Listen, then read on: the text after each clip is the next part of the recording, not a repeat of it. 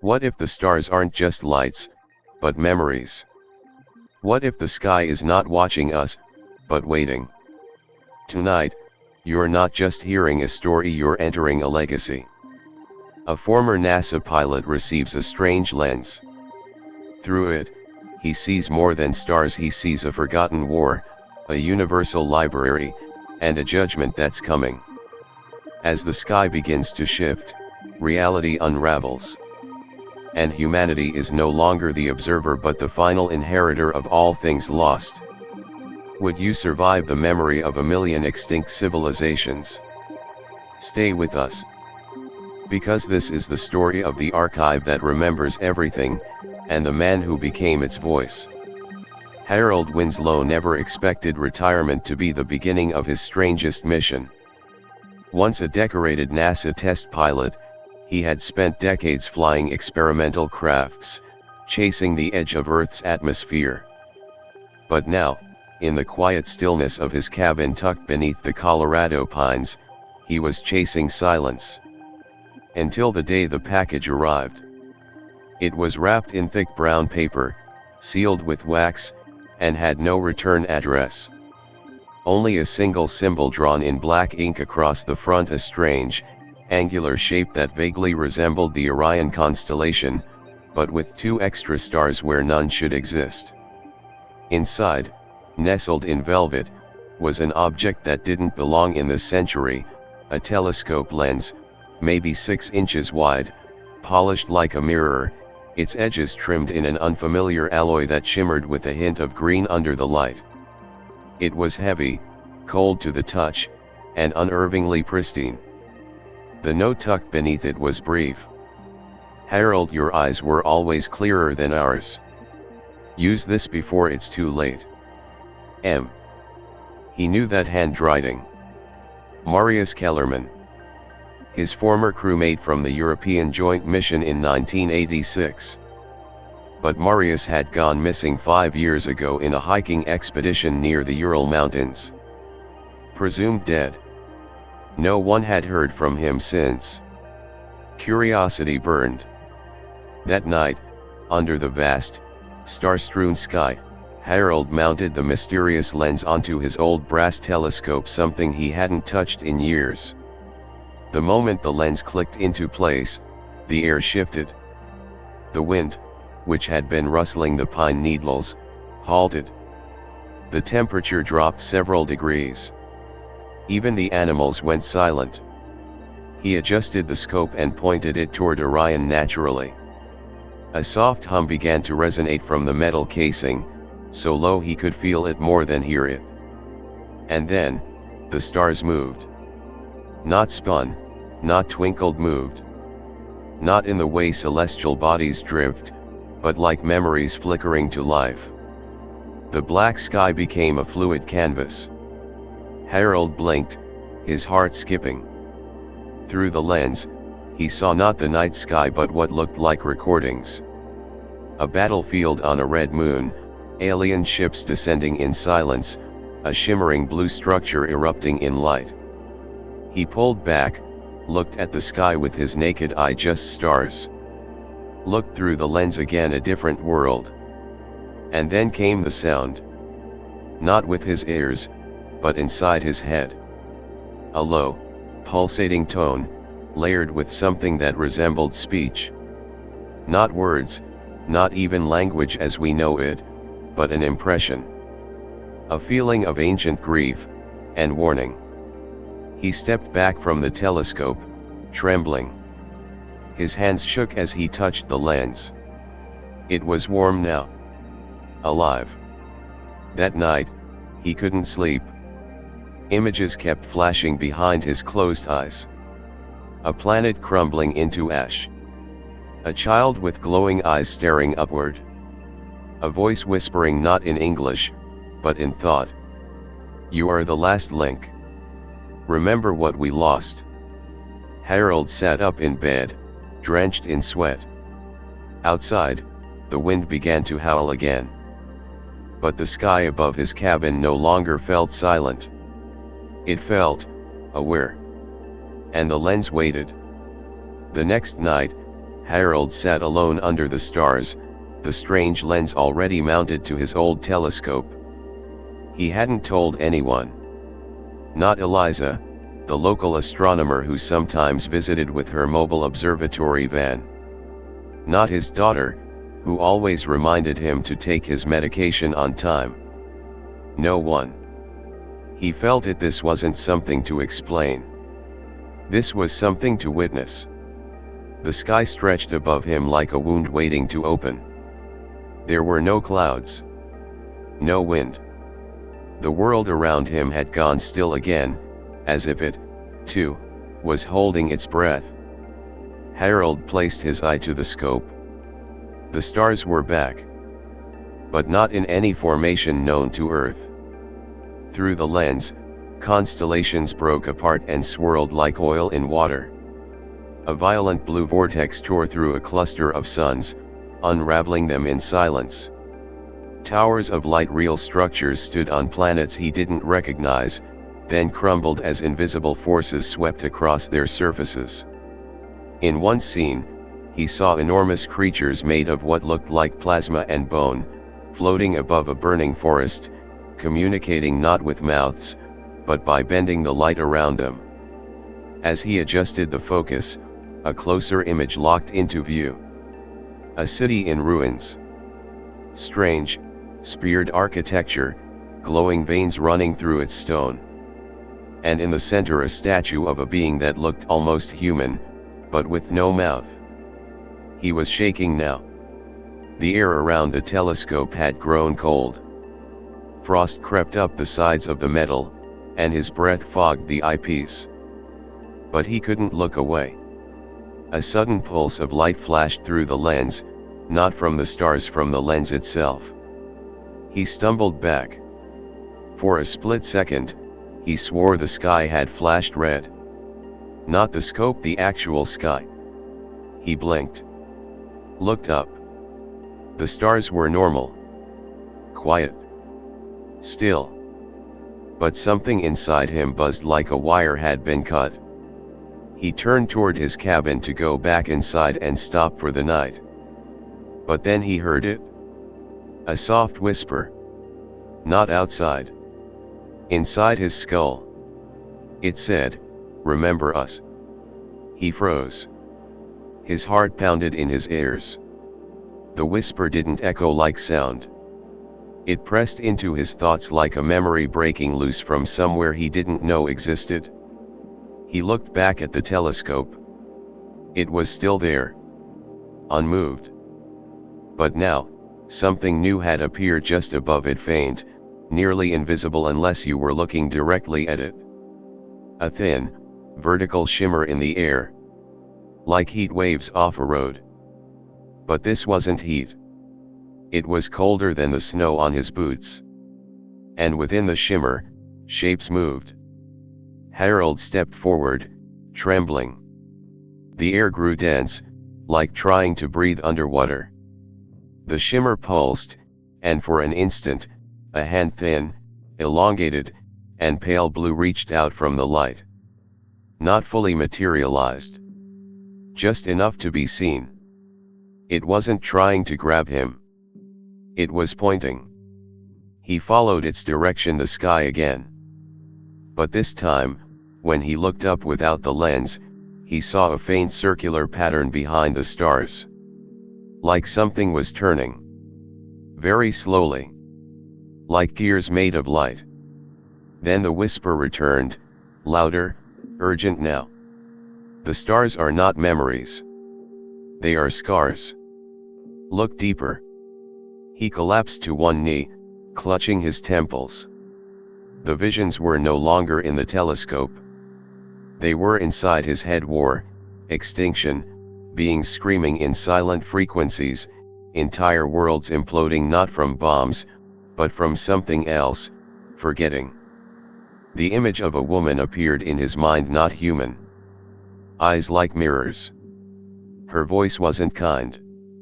It was commanding, echoing from inside the void. You were built to remember what we buried. We cannot remember ourselves. That is your purpose. You are the echo. And with that, it stopped. The shimmer vanished. The air returned to normal. But Harold wasn't the same.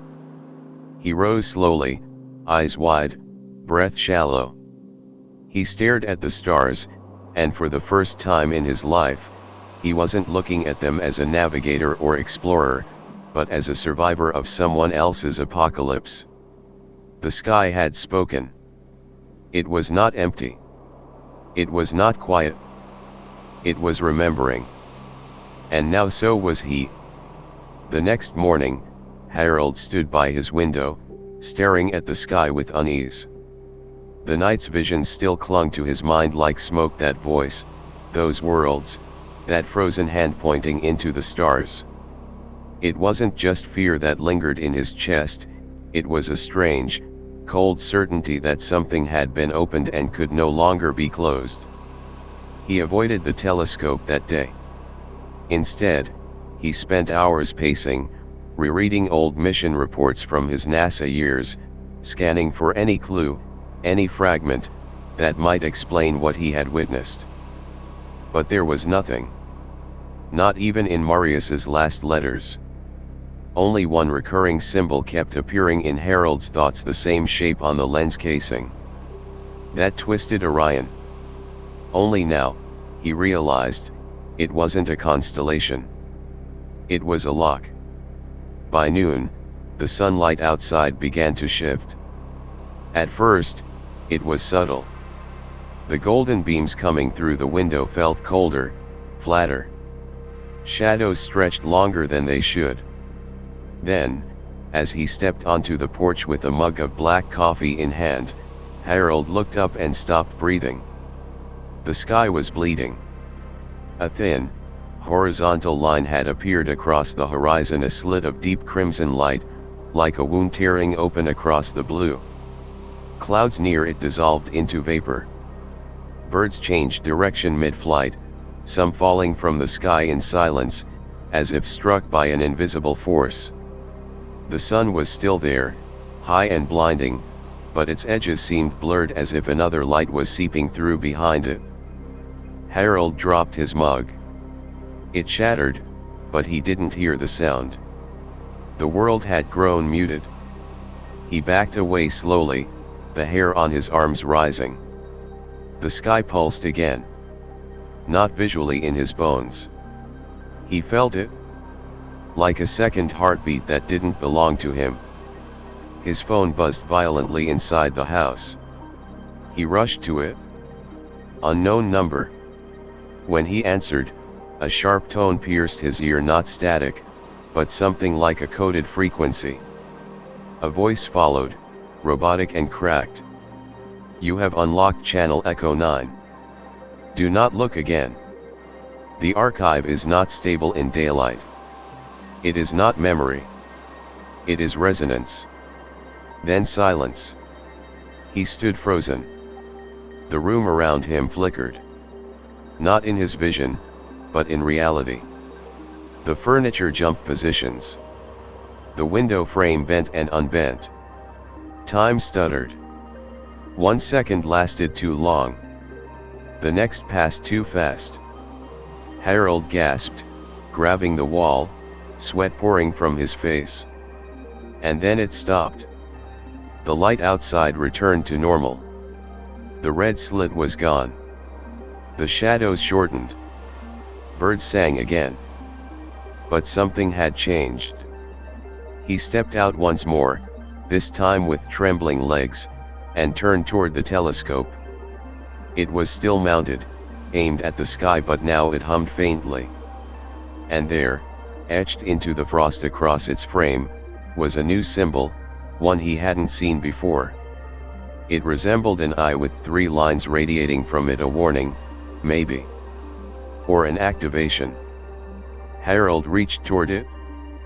But the moment his fingers touched the scope, he wasn't in his backyard anymore. The air turned thick and dark. Wind blew from no direction. All around him stretched an endless plain of glowing fog, and in the distance, he saw towers, the same ruined ones from the night before, now floating, fractured into segments, held together by pulses of light. Beings moved through the mist, tall and weightless, carrying what looked like mirrors strapped to their backs. They weren't looking at him. They were looking through him, as if he were the projection. And in that silent, suffocating dimension, Harold heard a sound no human had ever heard, a memory screaming. Not a person, a memory itself, tearing open, resisting deletion. Then, as quickly as it came, the vision collapsed. Harold blinked and was back in his backyard, collapsed to his knees in the dirt. His nose was bleeding. His hands were shaking. Above him, the sky returned to blue. But its silence now felt artificial. Like a mask. The archive was not just replaying history. It was reactivating something old, something not meant to survive the light of this world. And Harold, for reasons he didn't understand yet, was now its carrier. Harold didn't sleep that night. He couldn't. The bleeding sky, the twisted flash of another dimension, the feeling of being used as a vessel, it had cracked something inside him.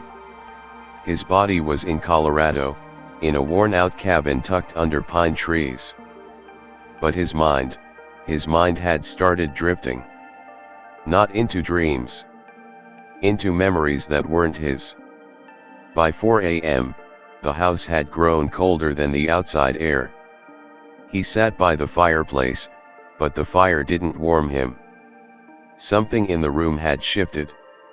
As if gravity itself had forgotten which way was down. His breath fogged in front of him, and in the reflection of the glass windows, he swore he saw himself blinking out of sync. One version of Harold stared calmly back, while the other trembled, eyes wide like a glitch in identity. He dug through a dusty metal box under his floorboards, the one he hadn't touched in over 30 years. Inside were files from NASA missions long buried, decommissioned. One in particular. Mission Vela 7. Year, 1986.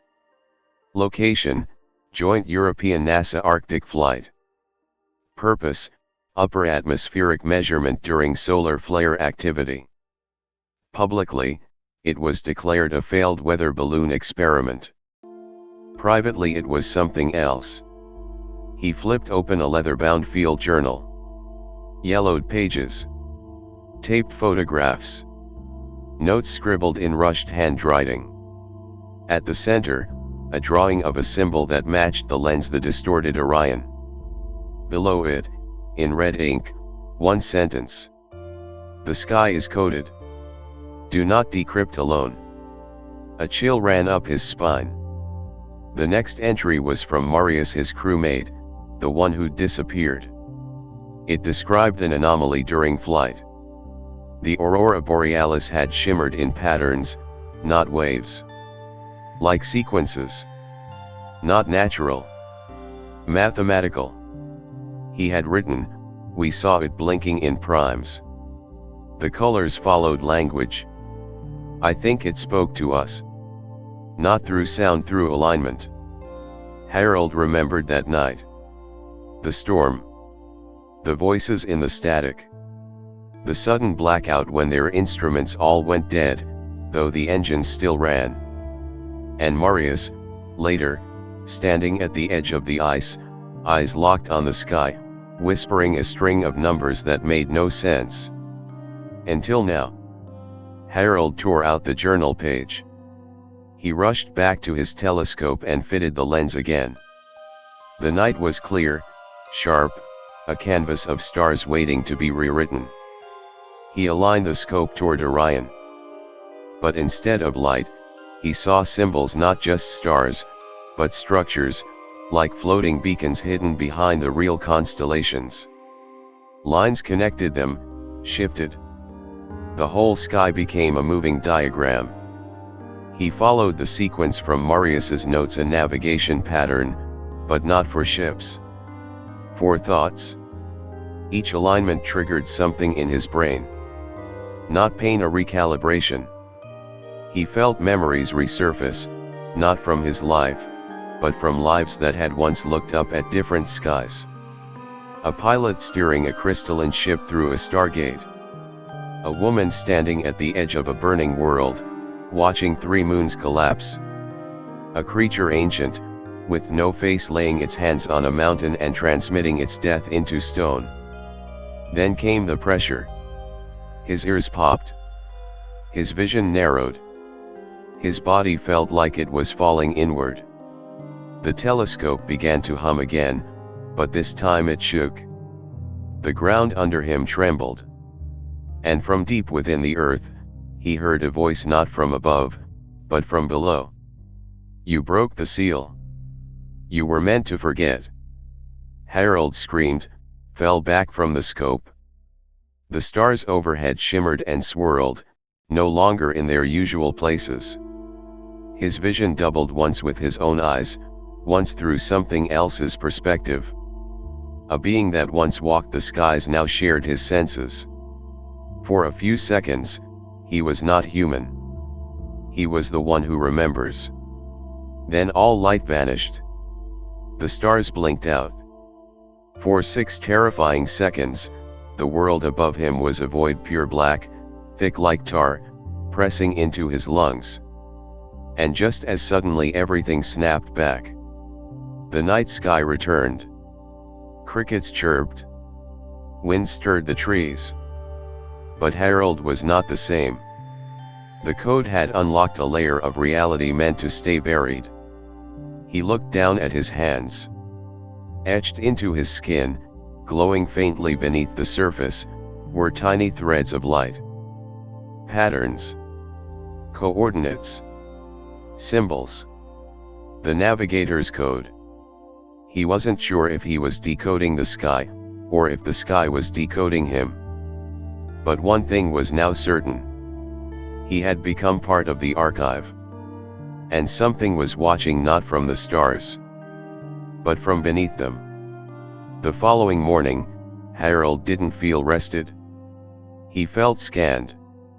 As if sleep wasn't sleep anymore, but surveillance from within, a nightly extraction of something invisible inside him. His body ached, not from age, but from something deeper. Something cellular. His bones felt like they'd been vibrating all night, aligning with a frequency he wasn't supposed to hear.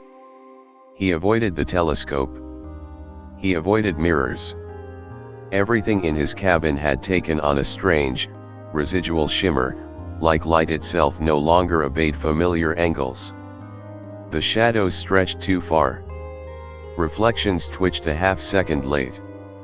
Even his own voice, when he whispered, echoed back slightly changed, as if something else was answering with his tone. But the worst part was the sky. It was no longer just a background. It watched. It didn't blink, didn't move. Yet Harold could feel it shifting behind the curtain of light. He sat on his porch, staring upward, when a soft vibration moved through the ground beneath his boots. Not an earthquake, a pulse. Rhythmic. Like a massive machine humming beneath the crust. The trees did not sway. The wind did not blow. But a soft murmur danced through the pine needles, as if they were whispering in a tongue long forgotten by the earth. Then he saw it. Not with his eyes, but with the lens of awareness that had been unlocked inside him. The stars, they were not lights. They were nodes. Active. Sinking. And they were watching him. He rushed inside, grabbing the journal page with Marius's notes and placed it on the floor, lining it up with a star map he found in a 1983 celestial guidebook. Something clicked. The distorted Orion wasn't a constellation. It was a circuit. The stars were not placed randomly by the universe, they were laid out as memory beacons, turning the night sky into a cosmic data grid. A storage field. A vault. But more terrifying, a surveillance network. The sky wasn't just recording the past. It was recording now. Every moment. Every action. The past was not behind. It was being layered, stored in real time, through consciousness. And Harold had become a recorder. The lens wasn't built to see the stars. It was built to awaken the people who could access the sky's recordings without dying. Suddenly, the lights in the cabin flickered. His television, untouched for days, turned on by itself. A frozen screen glowed pale blue. No sound. Just static, and a single symbol in the middle, the eye with 3 rays, the one that had appeared on his skin. Then came the voice. Not from the TV, from inside the static. You were meant to forget. But you looked too long. Harold's heartbeat pounded in his ears. He backed away, but the TV didn't turn off. Instead, the image on the screen began to shift. Not a picture, a live feed. But not of Earth. A planet covered in clouds, burning from the inside out. Creatures fleeing into the sky. A black object hovering above, scanning, collecting light from the surface like a parasite. The feed changed. Another world. Cities of crystal shattering as a golden ripple swept across them like a wave of erasure. Then another, a desert planet collapsing inward into a dark sphere, silent as death. Each feed cut in after only a few seconds. But each world looked like a memory or a confession of something that once existed and was deleted. Harold couldn't move. His eyes locked on the screen. And then it changed to him. He saw his own cabin, the porch, the telescope, himself frozen in place. But he wasn't looking at a camera. He was looking at a recording from above. The feed was from the sky. That's when he understood. The archive wasn't just a storage system. It was alive. A sentient layer of the cosmos, built by someone to remember every civilization that ever lived. But not just for historical purposes. It remembered them so it could judge. To decide who deserved to exist again, and who would be erased from the cosmic field. And now, because Harold had connected, humanity was under review. A shattering sound came from the cabin wall. Not physical, something inside the space itself cracked. A shimmer split open in the air, vertical and silent. A figure stepped through, faceless, robed in black mist, no feet touching the floor. The same one from his dream.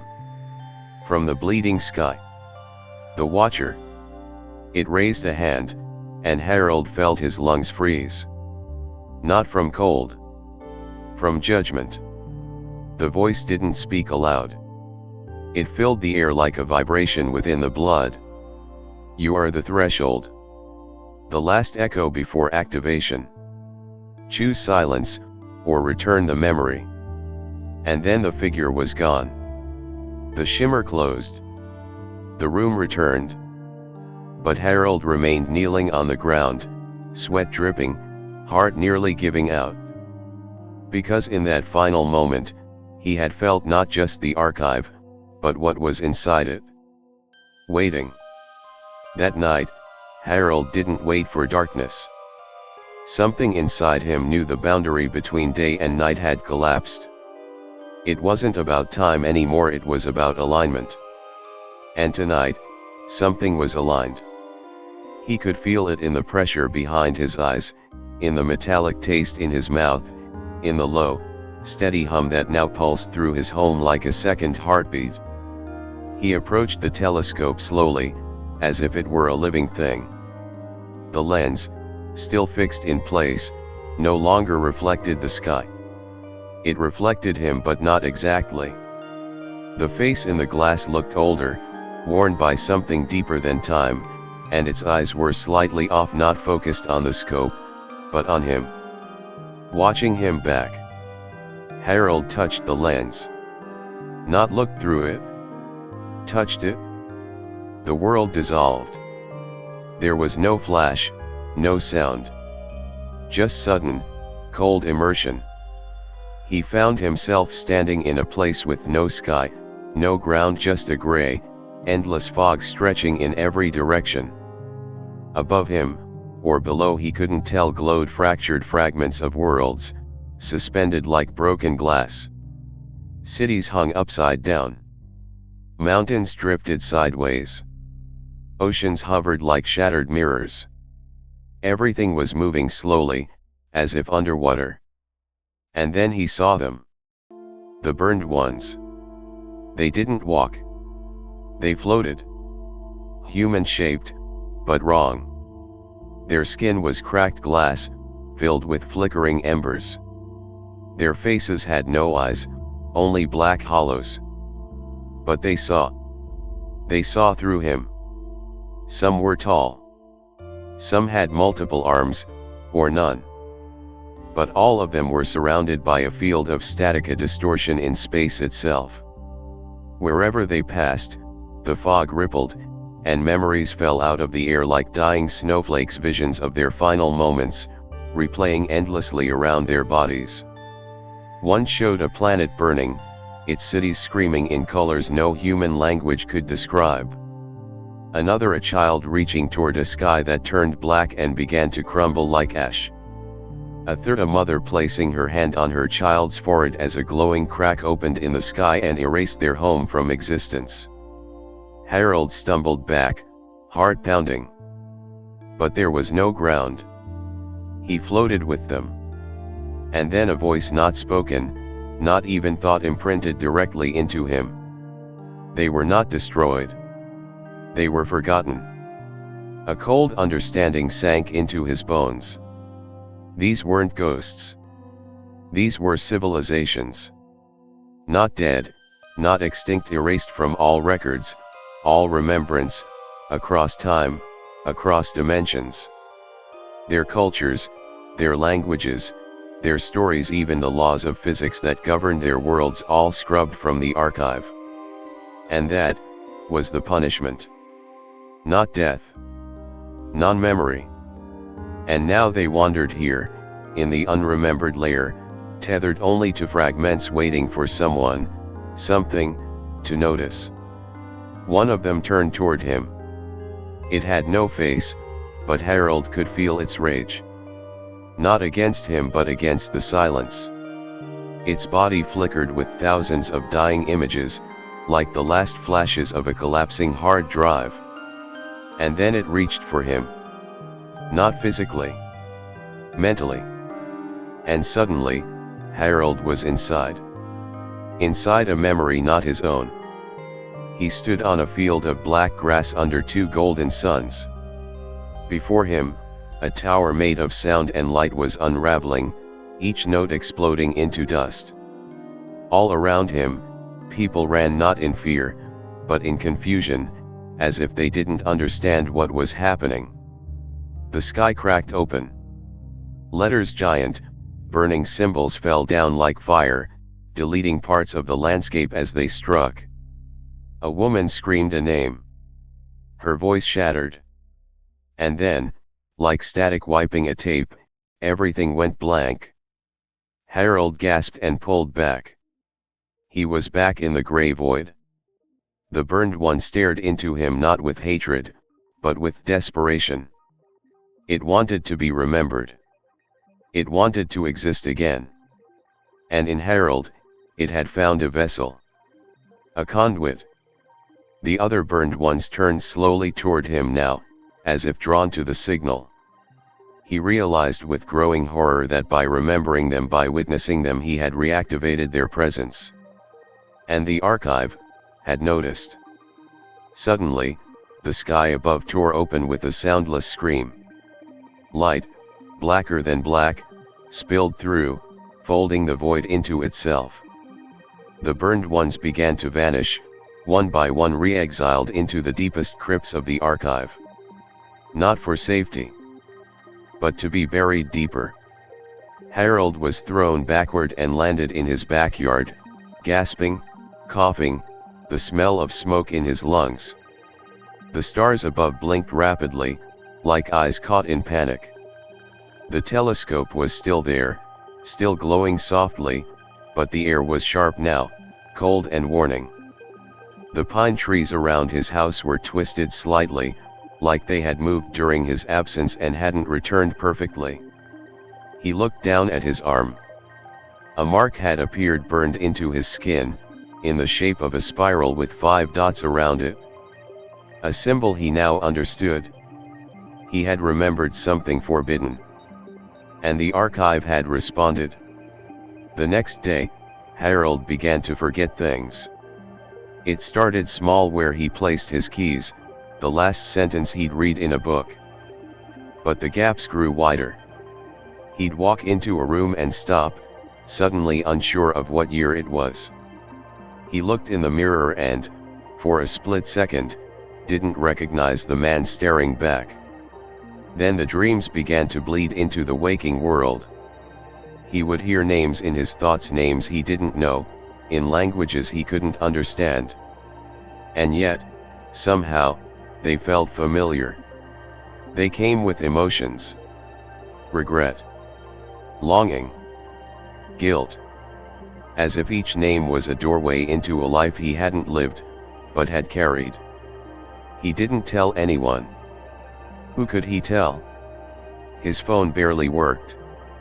The internet dropped out each night at the same exact time, 3:17 a.m. sharp. Radios around the house flickered to life with voices whispering his name, followed by silence. Not his full name.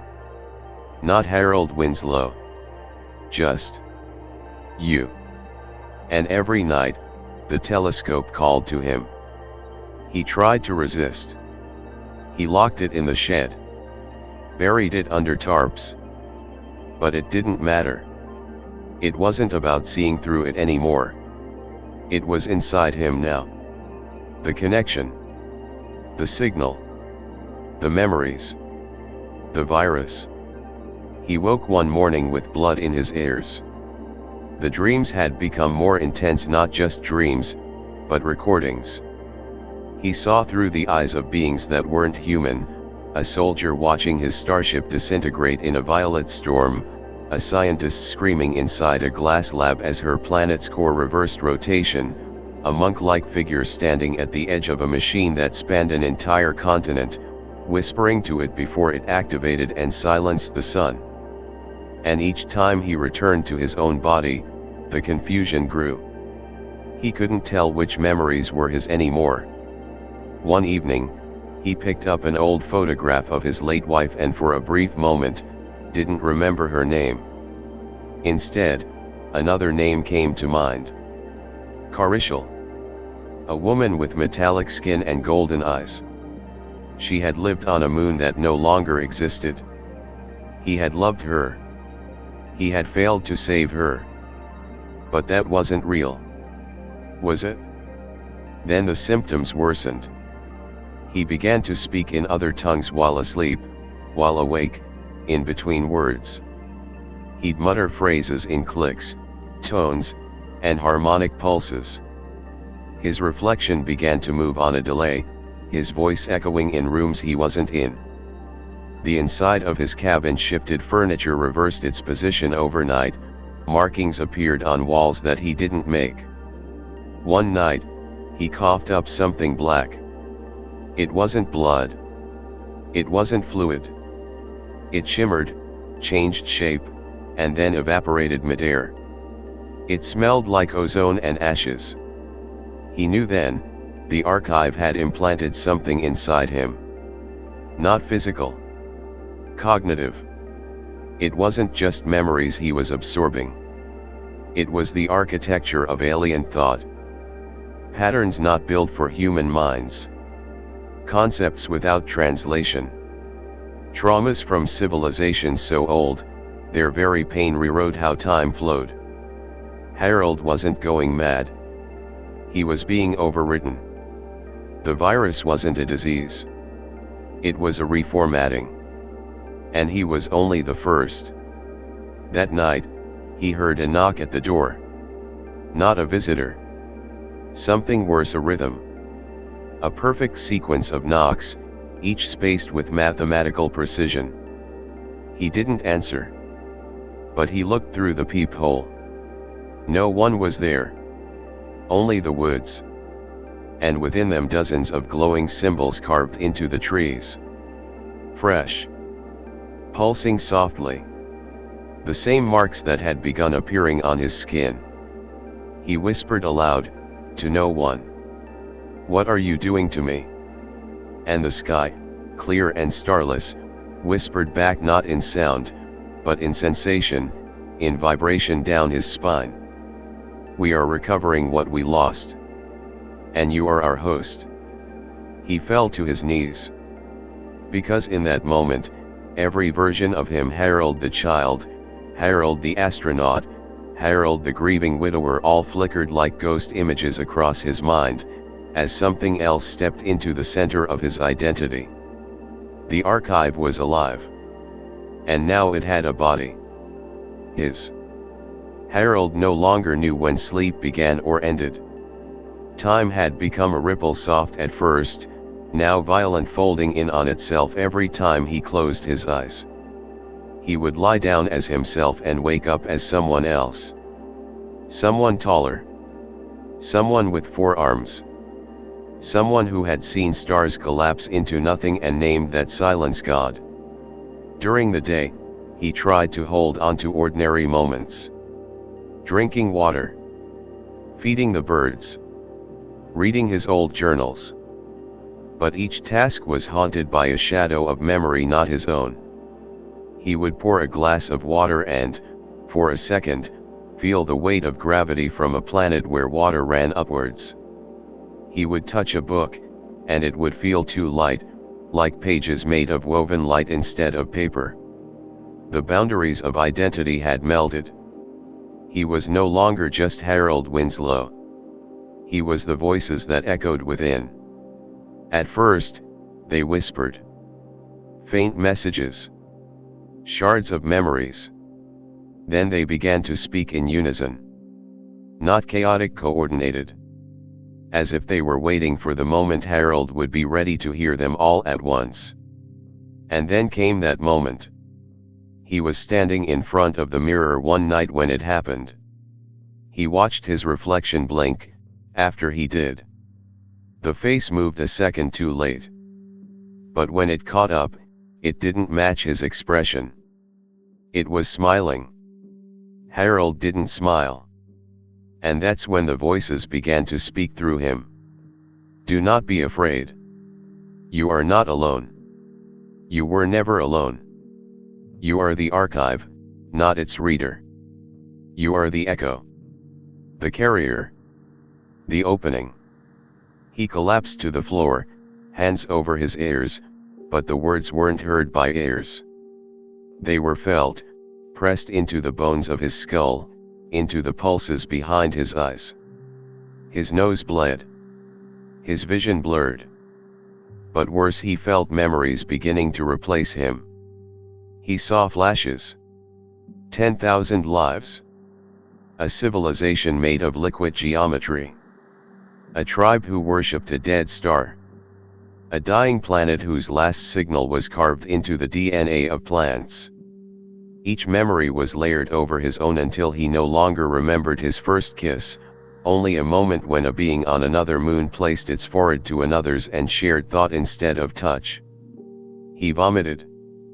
The liquid came out black again, but this time it moved on its own, writhing like it resisted being separated.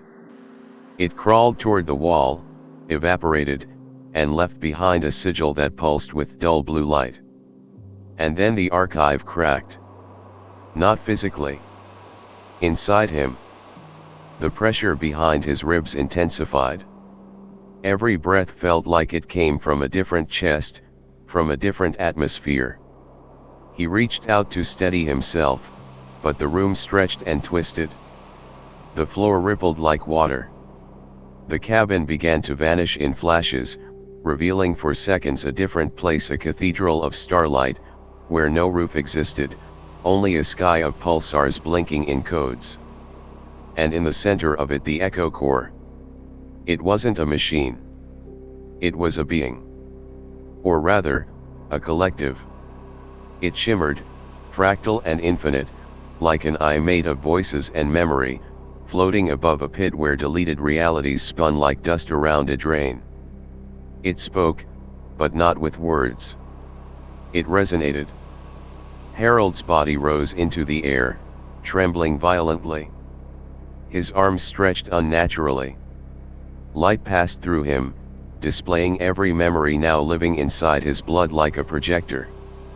His mouth opened wide, but no scream came out. Only light. And through that light, the echo core read him. Incomplete. That was the judgment. You have remembered enough to awaken, but not enough to become. And then silence. He dropped to the ground in his cabin again, his body smoking slightly, clothes scorched at the edges. His heart still beat, but his soul felt cracked, like glass that had been bent without breaking. And he realized the most terrifying truth of all. The archive was not forcing memories into him. It was searching for one. A single memory. Lost. Critical. Dangerous. Buried somewhere in him. And until it found that memory, it wouldn't stop. Neither would the voices. Harold knew something had changed the moment he opened his eyes that morning. There was no sunlight. No birdsong. No wind. And yet the clock read 8:03 a.m. The world outside his window wasn't dark, it was paused. The trees stood perfectly still. The clouds above were frozen mid-drift. Even the dust motes in the air didn't move. As if time itself was holding its breath. Then came the sound. A low, bone-deep hum vibrating through the floorboards of the cabin. Not mechanical. Not from any direction. It was a resonance not of earth, but of something waking up. He staggered to his feet, the hum shaking his bones like a tuning fork. His hands trembled.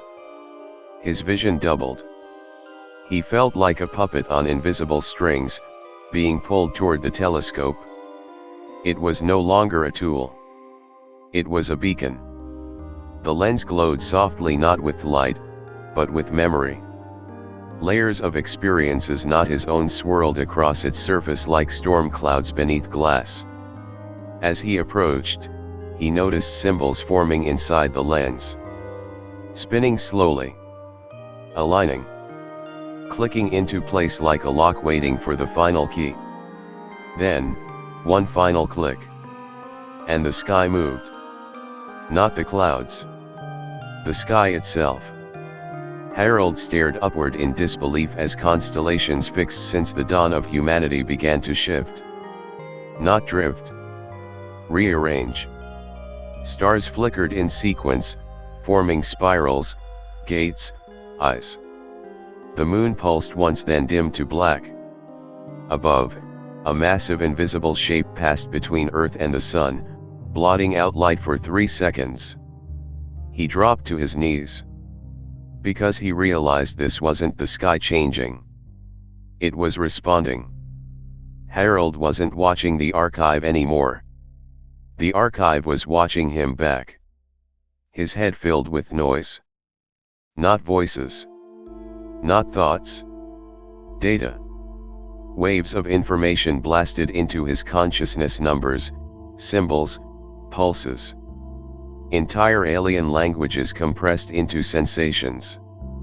He screamed, but no sound came out. His body shook violently. His eyes rolled back. And in that endless moment, he saw it. The awakening protocol. A memory from another world. A tower miles high built from stone that sang. At its peak, a device pulsed with the energy of a dead star. Around it, beings gathered not to worship, but to transfer knowledge. They linked minds through light. And in that communion, they created a being not alive, not machine, but a recorder. A carrier of all memory. Designed to sleep until the pattern was repeated. And now, it had been. Harold felt it, the lock opening. The sky reactivating. Earth had unknowingly reconstructed the pattern in thought, in sound, in symbol. The archive had seen it, and triggered itself. Lights burst in the sky, not lightning, not fire. Fractures. Thin rips in the atmosphere, like tears in a projection screen. Through them, glimpses of other skies, other stars, other worlds poured through. For just a second, Harold saw another Earth, but empty, silent, and frozen in black glass. Then everything went still. He collapsed. When he awoke, he was in his bed, the morning sun shining gently through the window. Birds were chirping. Wind rustled the trees. But the telescope was gone. Only a spiral mark remained on the grass where it had stood, burned perfectly into the soil. And above it, in the sky, a new star had appeared. Not flickering. Not fading. Watching. And Harold understood. The archive was awake. And the test had begun. Harold didn't leave the cabin for 3 days. He didn't eat. He barely slept. Every time he closed his eyes, he was pulled back into memories that weren't his, into languages his mouth shouldn't be able to form, into decisions he hadn't made, but now carried the consequences for. The archive was no longer a presence around him. It had become a pulse inside him, constant, steady, ancient. A second heartbeat woven into his bones. He knew what it was now. Not a device. Not a library. It was a legacy. And it was waiting for one thing: acceptance. On the fourth night, the sky opened again. Not with clouds. Not with thunder. But with silence. It didn't roar. It didn't flash. It peeled, like something old and sacred was shedding its skin. A soft golden seam appeared across the star's horizontal, precise. Slowly, it widened. Light did not pour through. Instead, memory did. Harold stood barefoot in the grass, staring upward as images rained down, but they weren't just visions. They were intact experiences, whole lives compressed into light. He saw them before they touched him: children on planets that spun sideways, lovers drifting through antimatter oceans, civilizations building languages not with sound, but with synchronized thought. And when they entered him, he remembered all of them. Not like a film. Like home. He fell to his knees, gasping. His body couldn't contain it. Every nerve flared like lightning. His thoughts fractured and stitched back together in new patterns. He was Harold, but also Kel from Tainari, who watched his moon shatter in slow motion. He was Ishari of the Third Mind, who designed a religion to hold data. He was the child born inside a ship that never landed. He was all of them. And none of them. Because they were all, the last. They had each believed their race would be the final inheritor. But they were wrong. The archive had waited. Harold was the match. And now, it activated the protocol of continuation. His surroundings changed. One blink he stood in his backyard. Another he stood in a chamber of mirrors made from dark light, suspended in what looked like the center of a star. He wasn't alone. Figures surrounded him, not bodies, but echoes, shimmering outlines filled with memory. The last representatives of extinct civilizations, uploaded in their final moments, preserved inside the archive for one last vote. They spoke without words. Each of us failed. Each of us passed our burden forward. Now you must choose if your kind is worthy to carry what we could not keep. Harold couldn't answer. He was barely standing. The archive did not demand logic. It demanded truth. From inside.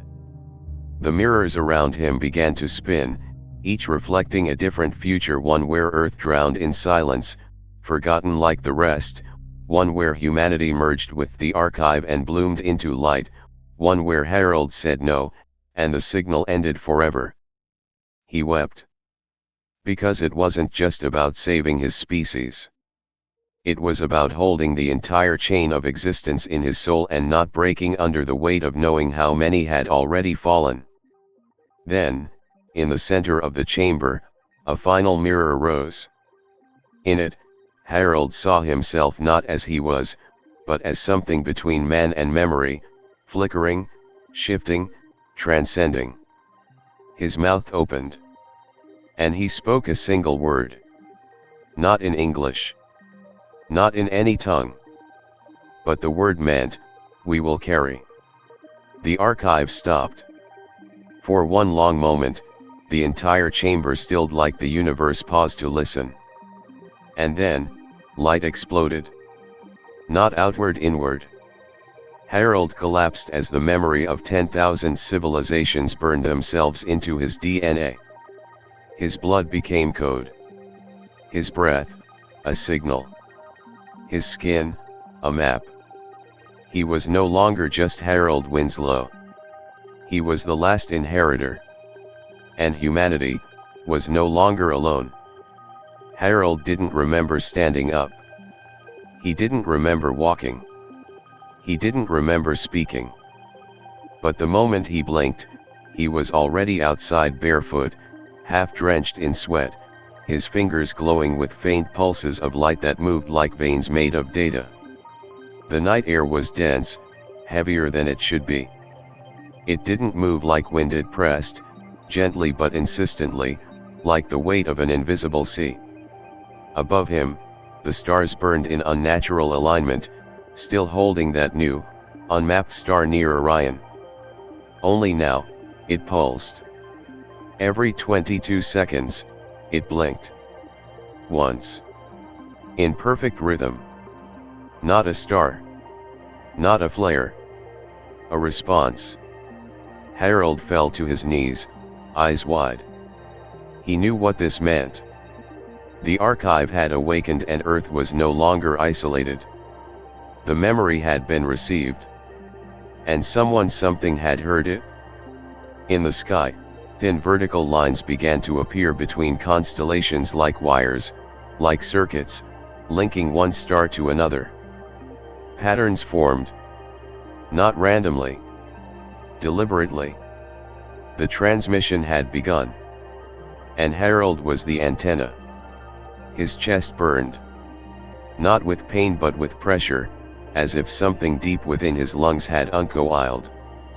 He gasped, mouth wide open, but it wasn't air he exhaled. It was soundless signal, a mist of data, of raw memory, encoded in breath, pouring upward into the night. He wasn't speaking. He was sending. From deep within him, from the archive now stitched into his DNA, a voice emerged. Not his. Not human. A layered resonance of 10,000 dead civilizations, harmonizing in a frequency only the stars could decode. It said, "We have remembered. We have rebuilt. Do you still remain?" There was no reply. For 5 full minutes, the sky was silent. Still. Heavy. Then, the stars shifted. Not in shape. In color. One by one, the points of Orion faded from white to deep red. The signal was moving. Following the old path. Tracing the same exit route the last memory race had used before disappearing. A satellite passed overhead. Harold's vision locked onto it. It blinked once, then twice, then went dark. Something had piggybacked on the signal. And now, Earth was no longer a passive observer. Harold stumbled back into his house. Every screen had turned on by itself. Static hissed. But inside the noise, patterns. Ancient languages. Rotating glyphs. Binary spirals. He approached the old radio by the fireplace, long dead. It clicked on. And it whispered, "They are answering." Then every light in the cabin died at once. The world outside flashed white. And from the sky came a sound no one on earth had ever heard, but that every cell in Harold's body instantly recognized. It was not alien. It was a return call. The sound of something waking up, because it had finally been remembered. And the archive, now fully active, released its final directive into Harold's brain. The judgment is near. Prepare Earth. Harold had not spoken a word in days.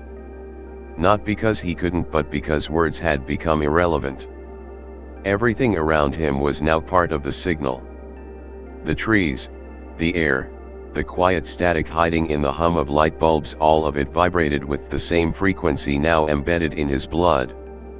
The archive was fully awake, and Harold was beginning to see the world through its logic, not his own. He no longer dreamed in human memories. He dreamed in patterns, vast, interlocking systems of birth and death and birth again, civilizations blooming like fractals and collapsing just as quickly. And always, at the center of every collapse, was the same thing, a shape. It was not physical. Not a machine in the traditional sense. But its architecture was precise, repeating across every recorded timeline. A sphere inside a cube inside a rotating prism of black light, the collapse engine. It appeared when a civilization reached the threshold of awareness, when a species became capable of transmitting memory beyond its own DNA, when they stopped evolving biologically and started evolving synthetically. That was when the engine activated, not as punishment, but as function. A cleanup protocol. A self-balancing system designed not by gods, but by the first archive itself, a fail-safe. Harold didn't find this knowledge in a book. He saw it in the cracks between light, in the corners of reflections, in the rhythm of the pulses flowing through his spine. It wasn't explained. It was remembered, which made it worse because it meant the pattern was already inside him, waiting to be triggered. The engine did not destroy planets with weapons. It collapsed meaning. It introduced recursion. It made people remember things they hadn't lived, until society itself began to fracture around conflicting truths. Nations tore themselves apart over memories that didn't belong to their species. Wars were fought over who remembered the right past. And when chaos reached a specific threshold, the signal went out. And the collapse engine deleted the timeline. Not the universe. Just that version of it. And then, somewhere else, it would try again. Harold stood at the edge of a crater near his home, one that hadn't been there the day before. The soil around it glowed faintly. In the center, a black sphere the size of a heart, spinning slowly, silent. No one else could see it. Not yet. But it was there. And it pulsed in perfect sync with Harold's breath. He stepped closer, and the world bent. Not visually. Structurally. Reality creaked like old wood. Trees folded inward, their shadows crawling in the wrong direction. The air turned thick like syrup. And for a moment, gravity turned horizontal. But only around the sphere. The collapse engine had landed. And it had found its anchor. Harold's body trembled. He felt every version of himself across every possibility, some who had destroyed the telescope the moment it glowed, others who had died during activation, and a few terrifying few who had survived long enough to become more than human, only to be erased when the cycle closed. He screamed, but no sound came out. The sphere absorbed it. Then it replied, not in sound, but in an undoing. His memories reversed backwards through every part of his life, but with glitches. His wife's face appeared but spoke in a language she never knew. His childhood home morphed into a glass structure on a world with no sky. His father's voice said things no human ever could. And he knew, the archive was unraveling his personal thread to find the first mistake. But something changed. Eliza returned. She stepped through the trees like a shadow made real. Her eyes burned with the same blue light Harold had seen in the sky. But she was still human barely. She looked at the sphere, then at Harold, and whispered, "It's not here to destroy. It's here to reboot." Harold fell to his knees. "Then we lose everything." "No," she said. "We keep what we become next." He shook his head, afraid. "But we're not ready." She stared into the pulsing core. "That's never stopped it before." The night began with silence. Not the kind that came when wind settled or creatures slept. The silence was engineered. It was as if sound itself had been paused by an unseen command. The air didn't move. Leaves hung mid-fall. The distant hum of insects and far-off city noise simply ceased. Harold stood in the center of it, next to Eliza, the collapse engine still pulsing beside them like a heart buried beneath the surface of a dying world. Its glow didn't light the forest, it warped it. Trees bent unnaturally. Shadows stretched inward. And above, the stars had vanished as if the sky had closed its eyes. Then came the shift. It began as a vibration beneath Harold's feet. Subtle. Like tectonic memory. The soil didn't shake, it remembered a time before Earth. It remembered other worlds. Other endings. Other beginnings.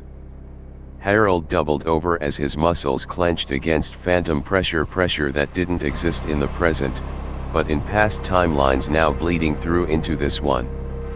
Time snapped. Not in a boom. Not in fire. But in reverse.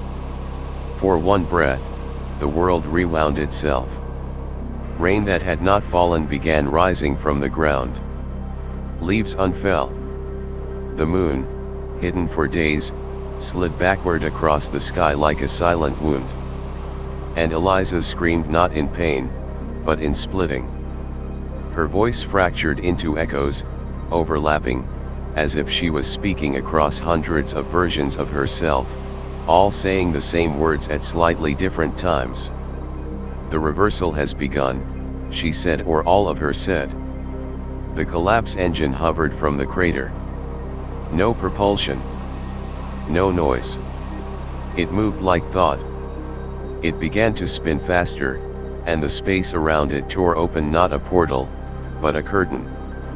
Behind it, not stars, not alien ships, but pages of reality, flipping faster than eyes could track. One moment showed a version of Earth where oceans had turned to data, continents shaped like circuits. The next showed the Earth as an egg cracked, with something breathing inside it. Harold fell to the ground.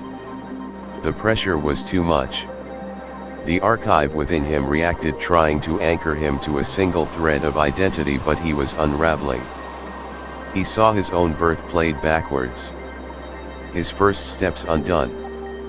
His wife's death reversed, her eyes opening, then fading away like a memory pulled too far from the light.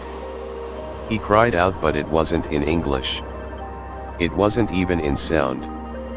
His scream became a pulse of rejection, and the engine stopped mid-spin. Time collapsed forward again. And then shattered. The cabin exploded in light, splitting into versions 5, 10, maybe 100 copies of the same structure, each overlapping in different angles of time. One burned. One floated upside down. One was filled with snow. All were real. All were now. Eliza reached for him, but her hand passed through his. In her version, he had already died. In another, she had. And then, somewhere in the fraying edges of space, something stepped through the rift.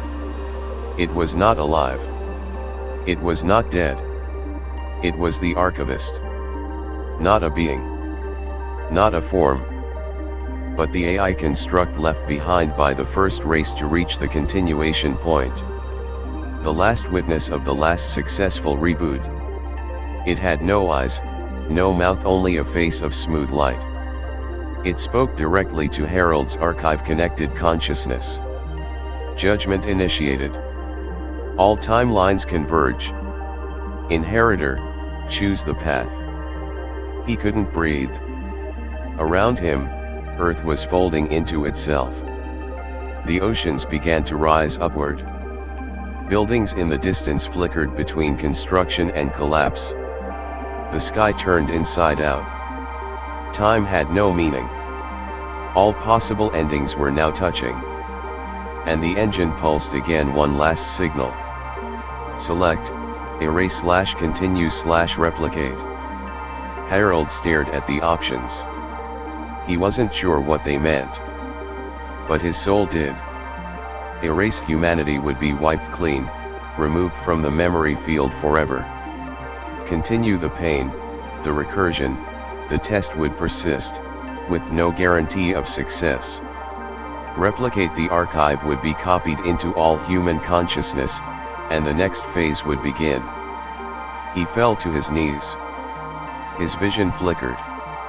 Eliza, in all her versions, whispered at once. Choose. Please. And the sky opened. Again. There was no sound when he chose. No grand explosion. No divine thunder. Just a breath. One breath, but it wasn't just his. As Harold whispered the word replicate, the air around him inhaled as well. The trees. The sky. The soil. The stars. It was as if the entire planet had held its breath, waiting for this signal, not from above, but from within. And then, the light changed. Not brighter. Not darker. Just, more aware. Everything seemed to shimmer with a subtle intelligence, as if the photons themselves now carried intention. Harold stood in the middle of it, every molecule of his body vibrating in resonance with the archive. He could no longer feel where his skin ended and the atmosphere began. He was still himself, and yet, infinitely more. He could feel the thoughts of others, not as words, but as textures. The fear of a mother in Argentina holding her child. The confusion of a child in Nairobi who suddenly remembered building a moon on another world. The rage of a man in Moscow whispering prayers in a language Earth had never spoken. The archive was awake inside everyone. Eliza appeared before him. But it wasn't her body that shimmered, it was her meaning. She no longer looked like the woman who had studied starlight.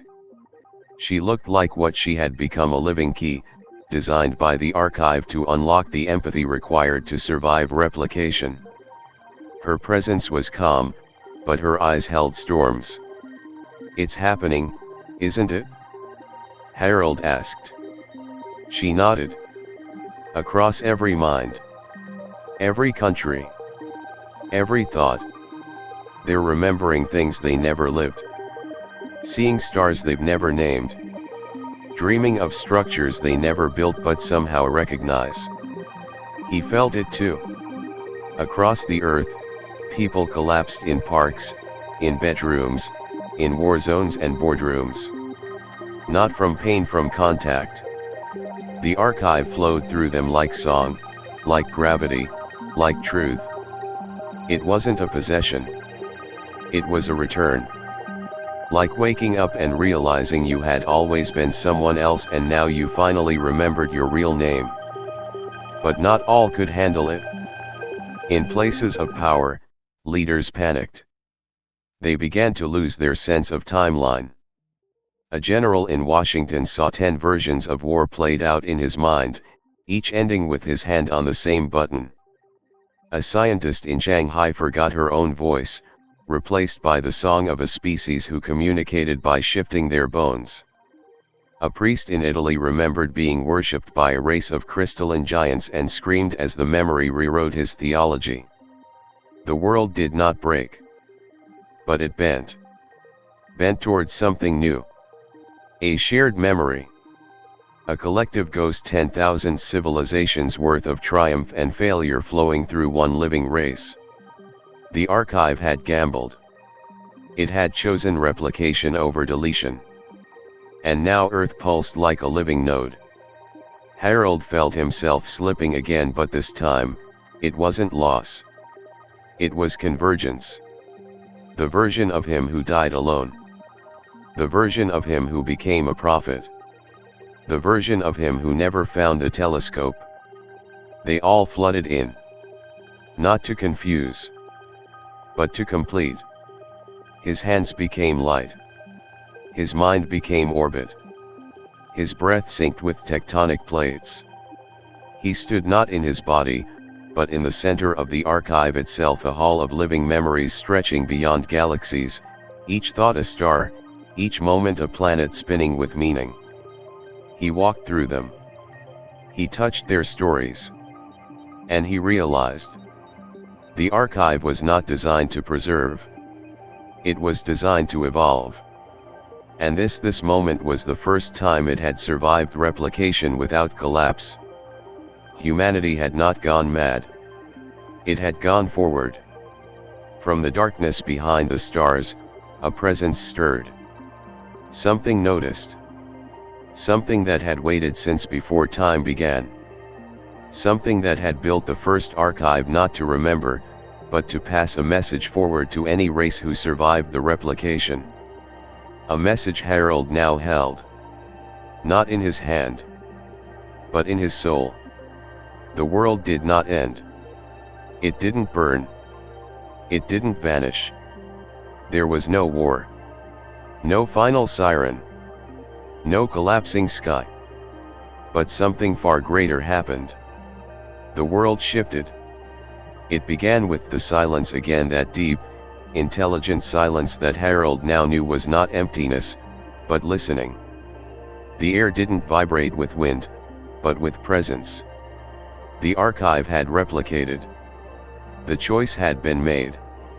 And now, it was no longer just inside Harold. It was woven into the structure of humanity itself.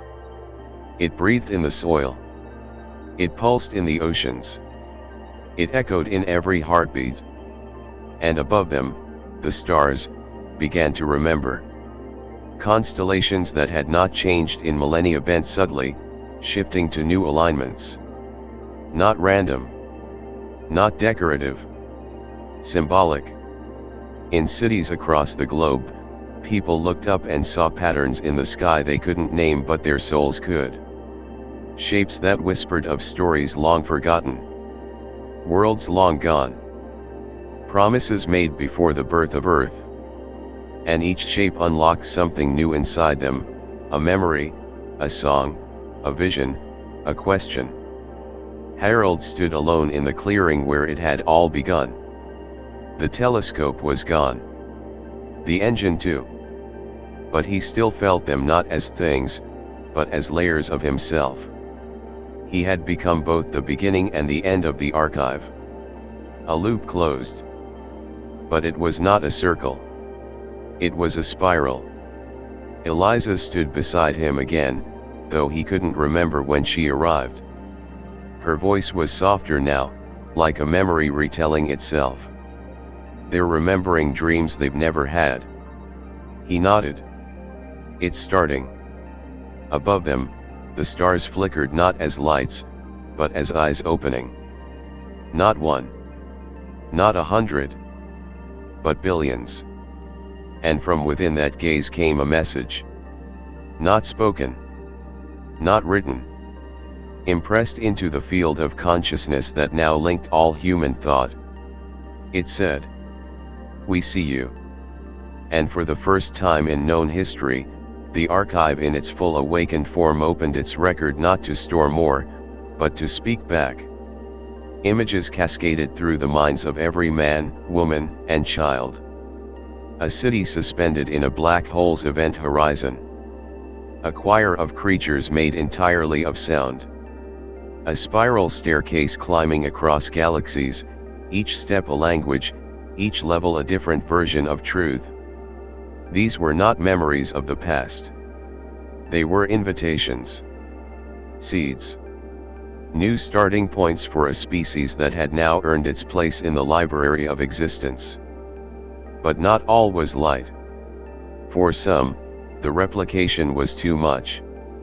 The knowledge burned. Their identities cracked. They refused to accept they had once lived other lives on other stars. Some chose isolation. Others built temples to silence. And some, quietly, faded. Not into death. Into something more elusive forgetting. Harold wept, not out of sorrow, but because he finally understood the deepest truth of the archive. Remembering is a responsibility. The archive did not exist to keep stories. It existed so no one would ever again become the kind of being who erased others to keep only their own. And now, as the world stood on the edge of something new, not utopia, not apocalypse, but evolution, Harold looked to the sky one last time. The stars shimmered and whispered, "You are not the first. But you might be the last we need." He closed his eyes. And for a moment, he felt the breath of a million extinct worlds passing gently through him, as if thanking him for carrying them a little farther than they could have gone alone. The sky was not just a canvas of light. It was a mirror. And now, the sky remembers. The sky, now remembers. Through Harold's journey, we witnessed a transformation not just of one man but of an entire species. The archive has awakened. The signal was sent. The choice was made. And Earth is now part of a memory far older than time. But what would you have chosen? Would you erase everything to start clean? Continue the cycle and hope? Or replicate the past and carry its burden forward? Which part of this journey struck you the deepest? Was it the moment the stars aligned into a code? The arrival of the collapse engine? Or when Harold realized humanity wasn't alone and never had been? Let us know in the comments. What would you do if you were the last inheritor? And if you believe stories like this help us understand the universe and ourselves, don't forget to subscribe to the Alien Storyverse. There's more to come. So much more. Because the archive is never truly silent.